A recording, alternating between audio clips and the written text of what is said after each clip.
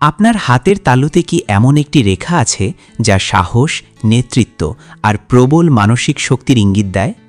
হস্তরেখাবিদদের মতে এই বিশেষ চিহ্নটির নাম মার্শাল রেখা। আজকের ভিডিওতে জানব মার্শাল রেখা কি, কোথায় থাকে এবং এটি মানুষের জীবনে কী ধরনের ফলাফল নির্দেশ করে। হস্তরেখা শাস্ত্রে মার্শাল রেখা হল একটি বিশেষ রেখা যা সাধারণত জীবনরেখার পাশে বা মঙ্গল পর্বতের আশেপাশে দেখা যায়। এটিকে অনেক সময় সাপোর্ট লাইন বা সিস্টার লাইনও বলা হয়। বিশ্বাস করা হয় এই রেখা একজন মানুষের সাহস, আত্মবিশ্বাস এবং প্রতিকূল পরিস্থিতি মোকাবেলার শক্তিকে নির্দেশ করে। যাদের হাতে স্পষ্ট মার্শাল রেখা থাকে তারা সাধারণত সাহসী ও দৃঢ়চেতা হন, কঠিন পরিস্থিতিতেও সহজে ভেঙে পড়েন না। এই রেখা নেতৃত্বের প্রতীক বলেও ধরা হয়।